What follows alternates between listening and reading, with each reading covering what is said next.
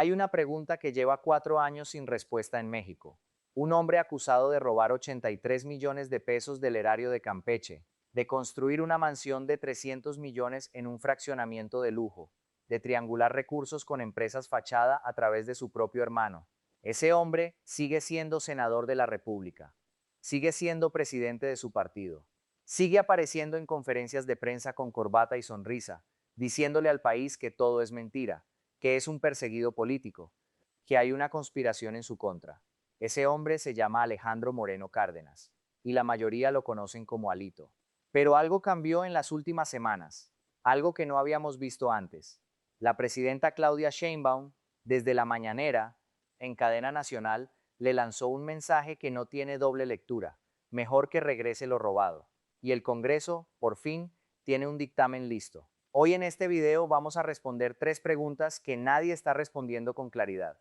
¿Qué tan grave es realmente el expediente contra Lito?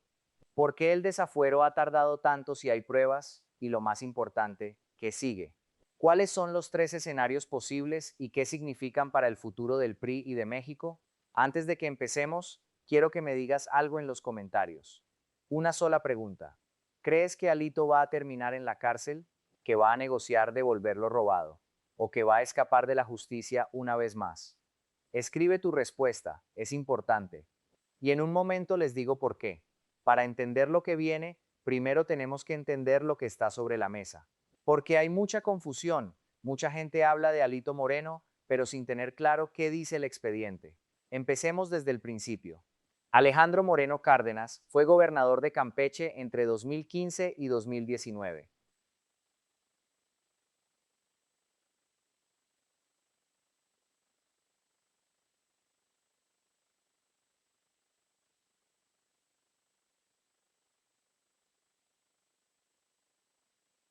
Más ricos del país por sus ingresos petroleros. 4 años en los que, según la Fiscalía Anticorrupción de Campeche, se habría producido un desvío de más de 83.5 millones de pesos del erario estatal. ¿Cómo? Mediante peculado, el uso indebido de fondos públicos para beneficio personal, y mediante el uso de recursos de procedencia ilícita. Pero eso es solo la punta del iceberg, porque la Fiscalía General de la República tiene abierta una carpeta de investigación independiente que va mucho más lejos. Los delitos que investiga la FGR son enriquecimiento ilícito, desvío de fondos federales, fraude fiscal, uso de recursos de procedencia ilícita y tráfico de influencias.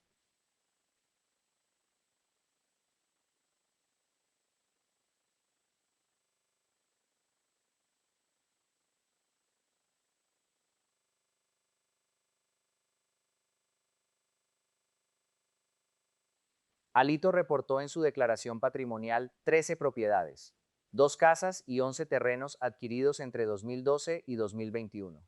Pero lo que llama la atención no es el número, es la naturaleza de las adquisiciones.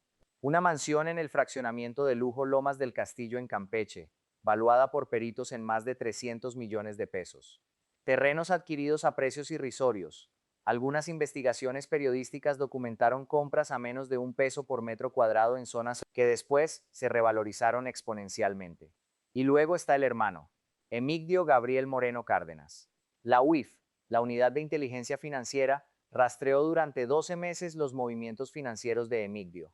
Lo que encontró fue un esquema de triangulación, depósitos millonarios recibidos por empresas vinculadas al hermano, transferencias hacia sociedades que la propia UIF catalogó como fachada, y un patrón de incongruencias fiscales que no cierran sin importar cómo se sumen. En un solo año, entre junio de 2016 y junio de 2017, Emigdio recibió más de 11 millones de pesos en 67 depósitos, parte de los cuales terminaron en una empresa con reporte previo de operatividad incongruente. La respuesta de Alito frente a todo esto ha sido siempre la misma: persecución política, conspiración, fabricación de pruebas, venganza de Morena. Pero hay un detalle que hace difícil sostener esa narrativa, y es que las primeras denuncias contra Alito no vinieron de Morena, vinieron de su propio estado, de su propia gente, de campechanos que conocían de primera mano cómo funcionaba su administración. En 4 años de gobierno, Alejandro Moreno construyó un patrimonio que no se explica con su sueldo. La pregunta que el expediente formula: y que nadie ha podido responder es simple: ¿de dónde salió el dinero? Si las acusaciones son tan graves y son graves, la pregunta que millones de mexicanos se han hecho es obvia: ¿por qué Alito Moreno sigue libre? La respuesta tiene que ver con una figura legal llamada fuero constitucional y con una historia de aplazamientos que, dependiendo de desde dónde se mire, puede interpretarse como cautela jurídica o como protección política encubierta. El fuero constitucional es la inmunidad que protege a ciertos funcionarios públicos, entre ellos los senadores, de ser procesados penalmente mientras están en el cargo. Para quitarle esa inmunidad a Alito, la Fiscalía de Campeche tuvo que presentar una solicitud formal ante la Cámara de Diputados. Eso se llama declaración de procedencia y popularmente se conoce como desafuero. La primera solicitud llegó en agosto de 2022. No prosperó. En julio de 2025, la Fiscalía Anticorrupción de Campeche presentó una segunda solicitud. Esa es la que está activa hoy, la que tiene en sus manos la sección instructora de la Cámara de Diputados, encabezada por el diputado de Morena, Hugo Eric Flores. ¿Y qué ha pasado en ese tiempo? Una serie de aplazamientos que han generado frustración, críticas y sospechas de todo tipo. Primero se pausó por el debate de la reforma electoral, luego por las vacaciones de Semana Santa, luego porque la Fiscalía de Campeche no había enviado toda la documentación solicitada. Flores, sin embargo, dijo algo importante en marzo de este año: la sección instructora ya tiene los elementos para tomar una decisión. Dijo textualmente que hay un proyecto, es decir, un dictamen en borrador, y describió tres caminos posibles. 1. Pedir más documentación a la Fiscalía. 2. Desechar la solicitud por insuficiencia de pruebas. 3.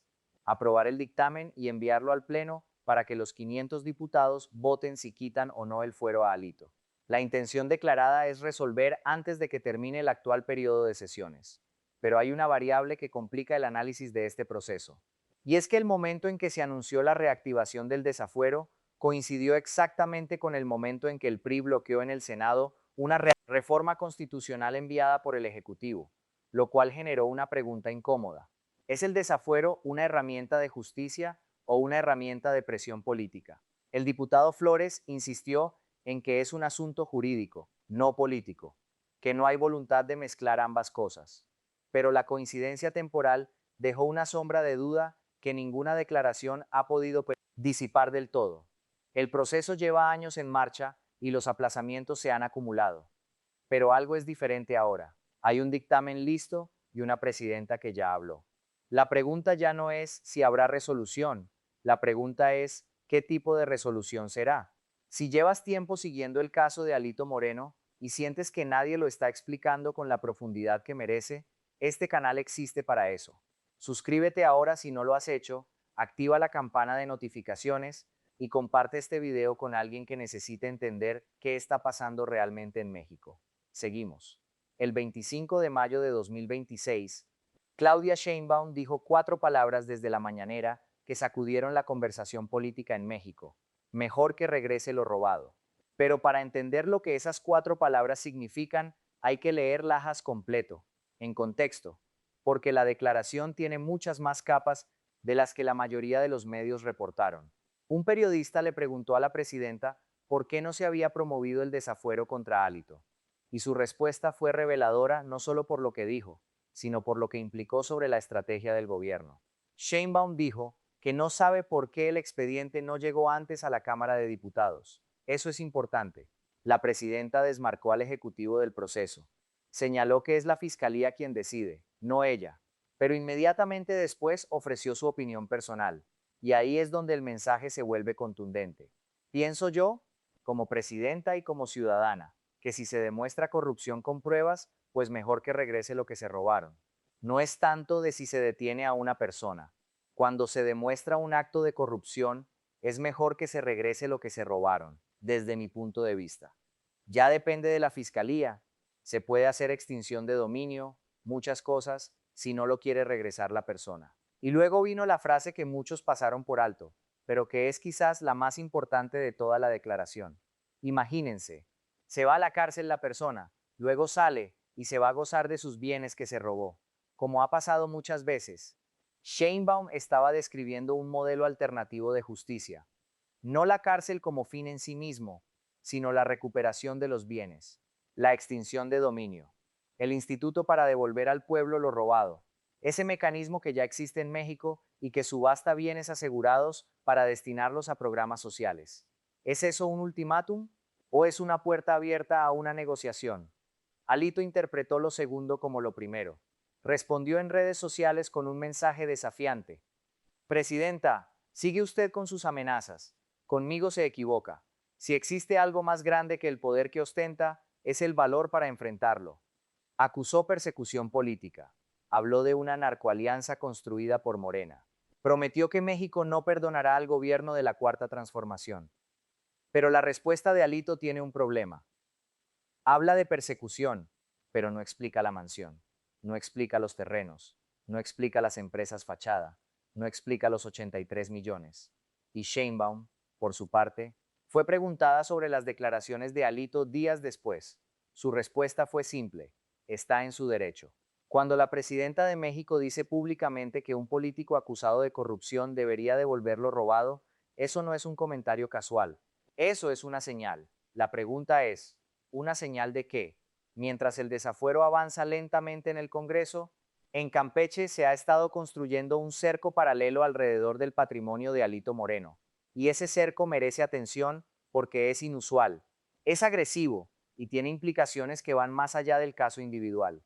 En septiembre de 2025, el Congreso de Campeche, controlado por Morena, aprobó en tiempo récord una reforma a la ley de expropiación y limitaciones al derecho de propiedad. El diputado morenista Carlos Ucán la bautizó públicamente como la Ley Alito, no por casualidad. La reforma establece que el gobierno estatal puede declarar una propiedad de utilidad pública, notificar al propietario y proceder a la expropiación en un plazo extraordinariamente comprimido. Lo que antes podía tomar meses, ahora puede hacerse en días. La aplicación llegó casi de inmediato.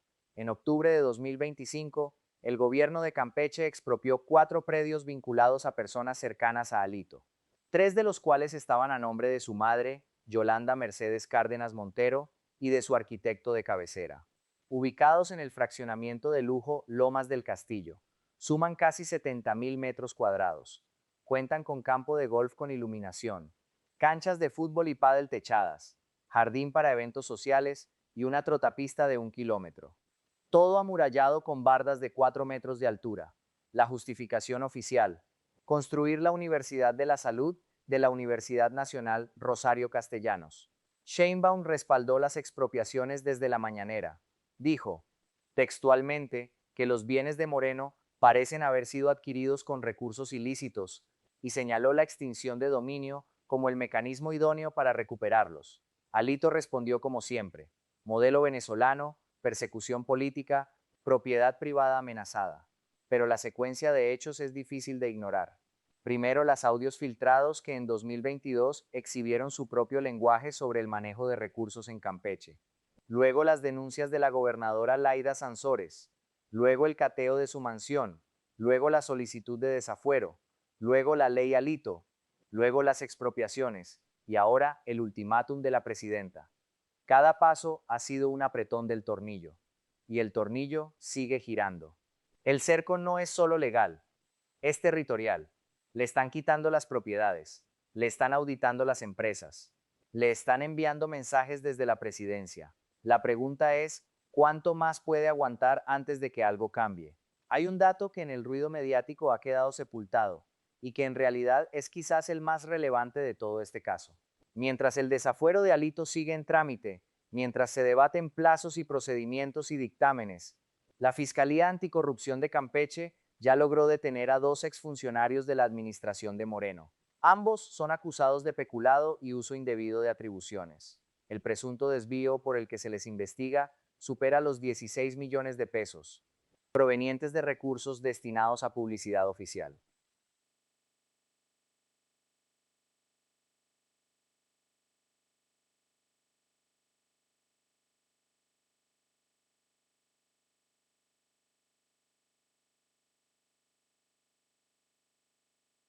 Los exfuncionarios detenidos no son el objetivo final, son la puerta de entrada, son los que, al enfrentar sus propios cargos, Tienen un incentivo enorme para cooperar con la Fiscalía y proporcionar información sobre quién tomaba las decisiones, sobre quién daba las órdenes, sobre quién sabía.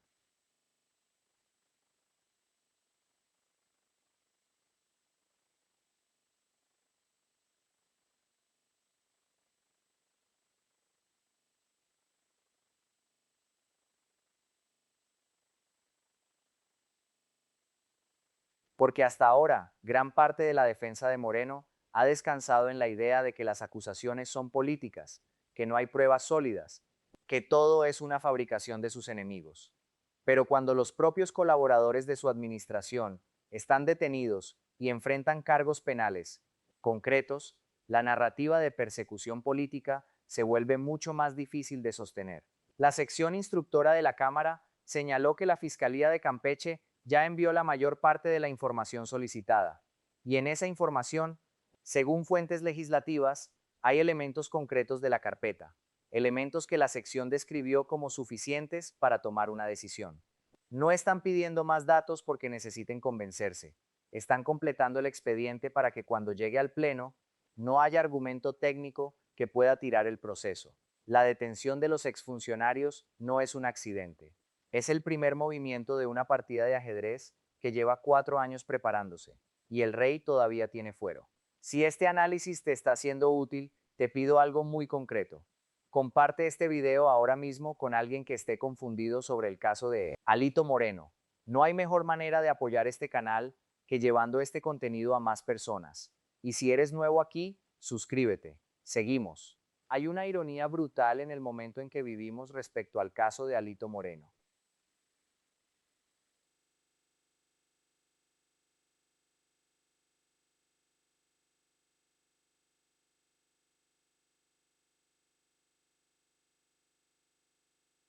Mientras el dictamen de desafuero avanza, mientras Sheinbaum lanza sus mensajes desde la mañanera, Alito acaba de ganar la elección más importante de su carrera como líder del PRI.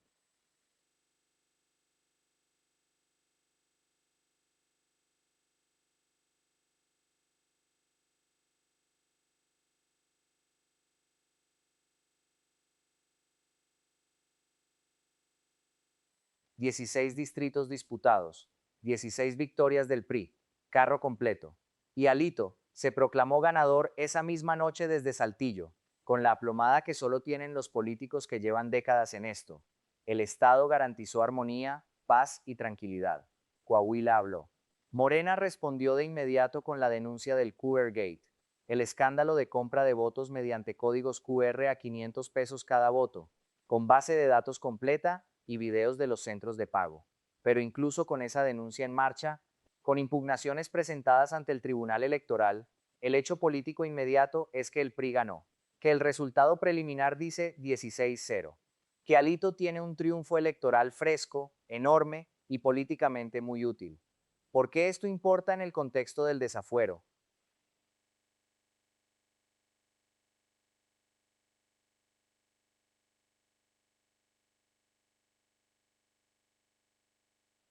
Porque cambia la narrativa, porque le da a Alito un argumento nuevo. El pueblo de Coahuila me respalda, las urnas me dieron la razón.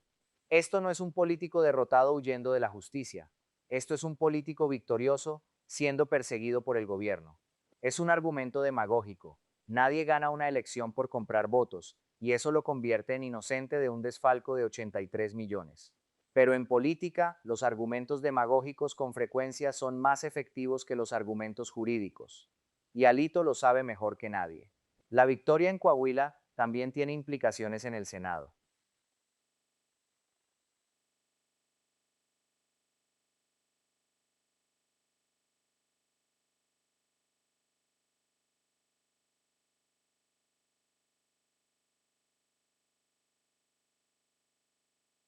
Relevante, que puede seguir negociando, que tiene peso en las votaciones, y eso lo convierte en un activo que quizás algunos en el gobierno prefieran no destruir completamente. La paradoja de este momento es que Alito Moreno está más cercano al desafuero de lo que nunca ha estado, y al mismo tiempo más fortalecido políticamente de lo que ha estado en años. Esas dos realidades coexisten, y su tensión explica por qué el siguiente movimiento es tan complicado. Estamos llegando a la parte más importante del análisis, los tres escenarios de lo que viene. Antes de que lleguemos ahí, dale like a este video si el análisis te está pareciendo útil. Ese gesto concreto ayuda mucho al canal. Y no te vayas, lo más importante está a punto de comenzar. La sección instructora tiene tres opciones sobre la mesa. Lo dijimos antes. Pero ahora vamos a profundizar en cada una, porque las consecuencias de cada camino son radicalmente distintas. Opción 1. Desechar el dictamen. Esto significaría que la sección concluye que no hay elementos suficientes para retirar el fuero a Alito. Jurídicamente sería posible, los estándares para una declaración de procedencia son altos, y la defensa de Moreno ha argumentado que el proceso tiene vicios. Políticamente sería un terremoto. Después de los meses de señalamientos, de las expropiaciones, del ultimátum de Sheinbaum, desechar el dictamen sería interpretado por buena parte del país como un pacto político, como una decisión comprada, como la confirmación de que en México la justicia tiene dos velocidades. Incluso si se desecha, el dictamen tiene que llegar al Pleno, es decir, los 500 diputados tendrían que votar el rechazo, y eso genera un registro público de quién votó qué. Opción 2. Aprobar el dictamen y enviarlo al Pleno. Aquí es donde la cosa se pone interesante, porque el Pleno de la Cámara necesita una mayoría simple para aprobar el desafuero, y Morena tiene esa mayoría. En principio, si el dictamen llega al Pleno con recomendación de aprobación, Alito pierde el fuero, pero los votos en política nunca son automáticos. Y un diputado que vote por el desafuero de Alito está tomando una posición que tiene consecuencias, especialmente si el PRI sigue siendo una fuerza electoral relevante, como lo acaba de demostrar en Coahuila. Opción 3. El escenario que Sheinbaum dejó abierto, que Alito devuelva lo robado. Extinción de dominio, acuerdo reparatorio. Una salida que no pasa por el desafuero ni por la cárcel, sino por la recuperación de bienes y recursos para el pueblo.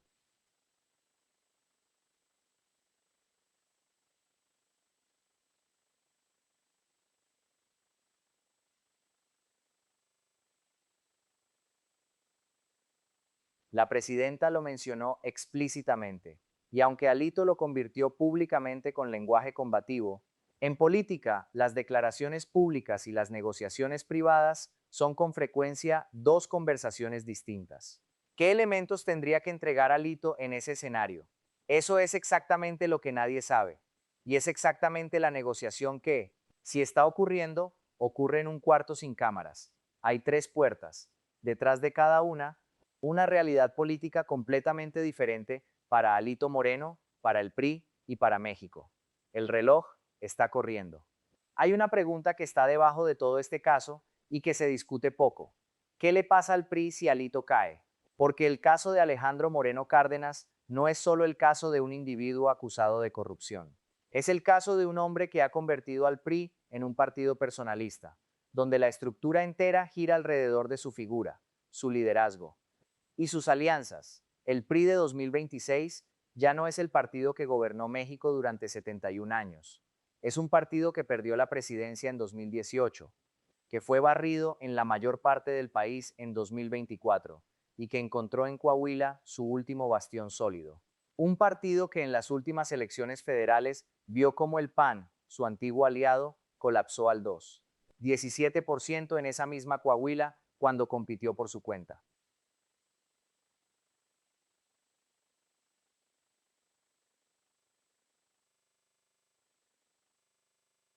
Al mismo tiempo, el problema del PRI y el único activo que le queda. Es el problema porque su caso de corrupción es la imagen más visible del viejo PRI depredador que el país rechazó. Y es el activo porque es el único líder que ha logrado mantener cohesión interna, que sabe cómo ganar elecciones locales y que tiene los contactos para operar en el sistema. Si el desafuero prospera y Alito es sometido a proceso penal, el PRI entra en una crisis de liderazgo sin sucesor claro. Los perfiles que ha ido presentando Moreno como sus defensores de cara a 2027 son figuras nuevas, sin el peso político para sostener al partido en una transición. El riesgo de fragmentación es real. Si Alito sobrevive, ya sea porque el dictamen se desecha, porque negocia una salida o porque el proceso se extiende indefinidamente, el PRI continúa bajo su sombra. Un partido que lleva 4 años siendo el escándalo permanente de la política mexicana. Y si Alito acepta el escenario que Sheinbaum dejó abierto, devolver lo robado, ceder los bienes, salir por la puerta negociada, entonces lo que viene es quizás lo más interesante de todo, la posibilidad de un PRI sin Alito que tenga que reinventarse desde cero, mientras su ex líder retrocede a las sombras, cargando el peso de haber admitido, implícitamente, que el dinero estaba ahí. El futuro del PRI depende de lo que le pase a un solo hombre, y ese hombre está tomando decisiones en este momento que van a definir a su partido por qué la próxima década. Juntemos todo lo que vimos hoy. Alito Moreno lleva 4 años siendo investigado por un expediente que incluye 83 millones en especulado, un patrimonio que no se explica con su sueldo, empresas fachada documentadas por la UIF y 2 exfuncionarios de su gobierno ya detenidos. La Fiscalía de Campeche presentó la segunda solicitud de desafuero en julio de 2025. La sección instructora tiene el expediente, tiene el dictamen listo y tiene la intención declarada de resolver antes de que cierre el periodo de sesiones. La presidenta Sheinbaum lanzó el mensaje más directo que ningún miembro del gobierno había enviado, que lo mejor que Alito puede hacer es devolver lo robado. No fue una declaración casual. Fue una señal de que el gobierno tiene opciones distintas al desafuero y que está dispuesto a usarlas. Y en medio de todo eso, el 7 de junio, el PRI ganó 16 de 16 distritos en Coahuila, en una elección que Morena impugnó con evidencia de compra de votos masiva mediante códigos QR. Tres realidades que coexisten al mismo tiempo. Un Alito acorralado legalmente, un Alito fortalecido electoralmente, y una presidenta que le señaló la puerta de salida, pero no la obligó a cruzarla. Lo que viene en las próximas semanas va a definir no solo el destino de un político, va a definir si en México existe justicia para los poderosos, o si el fuero sigue siendo el mejor escudo que el dinero puede comprar. Les dejo con 3 preguntas. Primera, si Alito acepta devolver lo robado y evita la cárcel, ¿eso es justicia para el pueblo de Campeche? ¿O es una vez más la impunidad disfrazada de pragmatismo? Segunda, el triunfo del PRI en Coahuila con el QR Gate cambia la disposición del Congreso para votar el desafuero o el proceso es ya irreversible. Tercera, si el desafuero finalmente se aprueba en el Pleno y Alito pierde el fuero, ¿quién ocupa el vacío de liderazgo en el PRI? ¿Y qué le pasa al partido en las elecciones de 2027? Sus respuestas en los comentarios. Nos vemos en el siguiente.